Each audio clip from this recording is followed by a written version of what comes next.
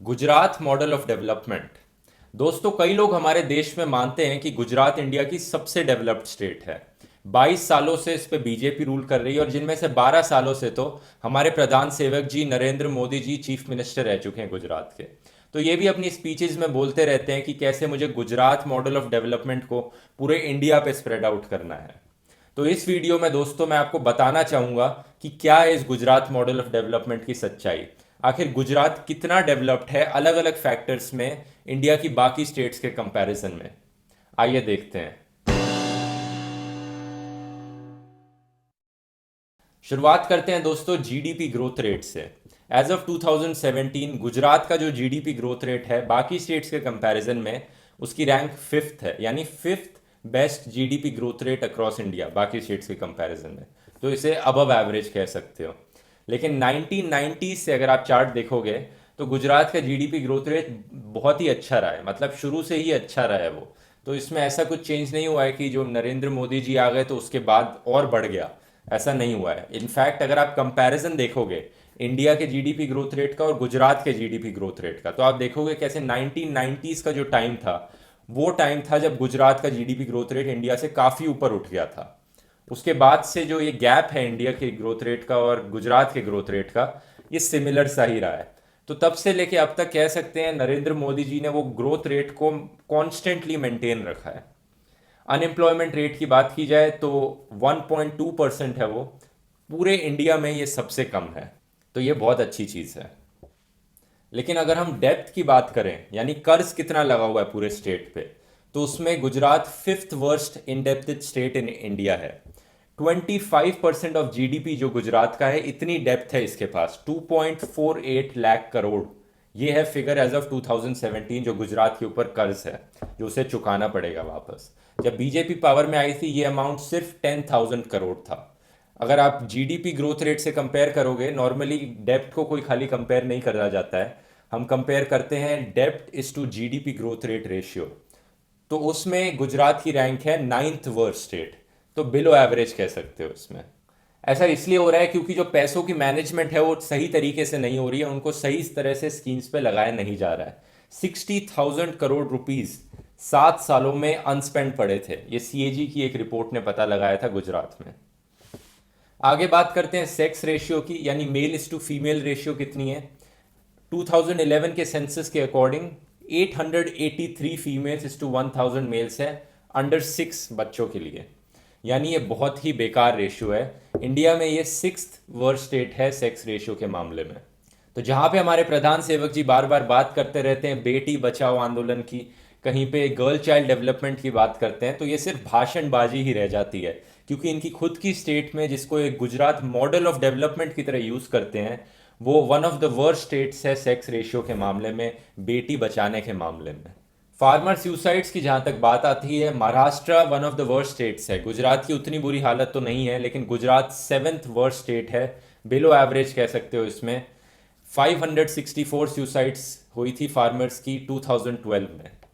Roads की अगर बात करी जाए तो रोड डेंसिटी एक क्राइटेरिया है मेजर करने का कि पर 1000 किलोमीटर एरिया में कितने किलोमीटर्स रोड बनी है।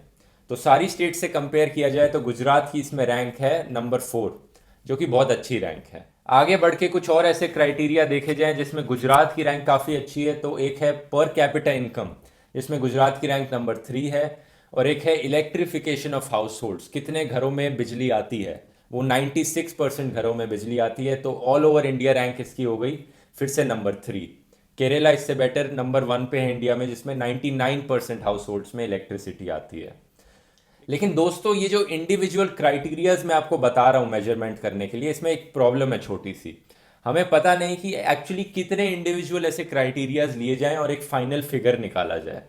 तो इसके लिए मैं यूज़ करना चाहूँगा कुछ जो वर्ल्ड फेमस इंडेक्सेस हैं उनको, जैसे कि एक ह्यूमन डेवलपमेंट इंडेक्स है। तो ये इंडेक्सेस क्या करते हैं, ये अलग अलग क्राइटेरिया से सोर्स करते हैं अपनी इंफॉर्मेशन को और उनको वेटेज देते हैं। कि जैसे मान लो ह्यूमन डेवलपमेंट इंडेक्स है, वो देखता है कि एक आदमी ह्यूमन की डेवलपमेंट कितनी हुई है। तो उसमें वो देखेंगे कि एक आदमी कितनी लंबी उम्र जीता है, तो लाइफ एक्सपेक्टेंसी ले लेंगे।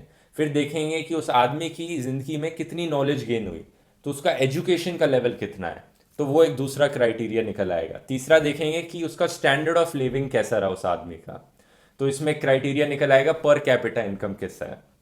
तो इन तीन क्राइटेरियाज को मिला के एक इंडेक्स बन जाता है ह्यूमन डेवलपमेंट इंडेक्स, जो कि काफ़ी अच्छा जरिया होगा कंपेयर करने के लिए और स्टेट से।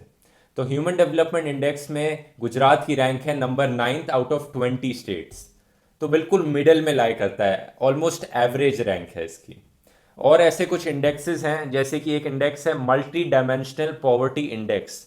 ये लेता है food, shelter, sanitation, schooling, health care, इन सारे क्राइटेरियाज को लेता है गरीब लोगों में ये कैसा चल रहा है। तो पॉवर्टी इंडेक्स है, अलग अलग डायमेंशन से लिया जा रहा है। तो मल्टी डायमेंशनल पॉवर्टी इंडेक्स में भी और स्टेट्स के कंपैरिजन में गुजरात की रैंक फिर से 9th आउट ऑफ 20th है, फिर से एवरेज, बिल्कुल मिडिल।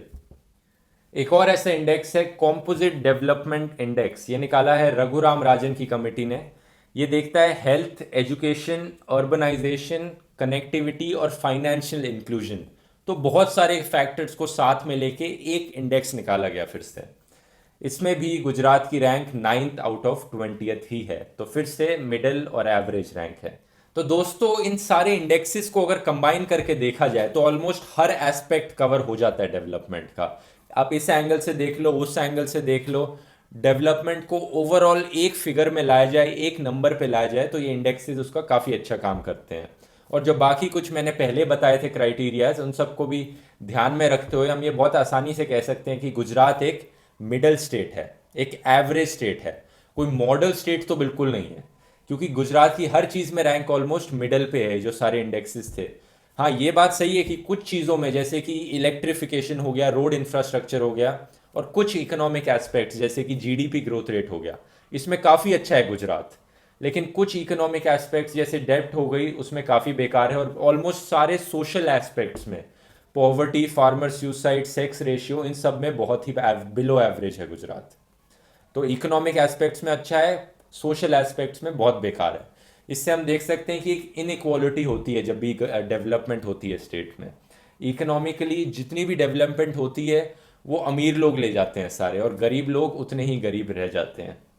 तो इसलिए गुजरात को एक मॉडल स्टेट तो बिल्कुल नहीं कहा जा सकता, क्योंकि अगर आप गुजरात को मॉडल स्टेट कहोगे तो केरला और तमिलनाडु जैसी स्टेट्स को आपको सुपर मॉडल स्टेट्स कहना पड़ेगा, क्योंकि उनकी रैंक इससे भी बहुत अच्छी है इंडेक्सेस में।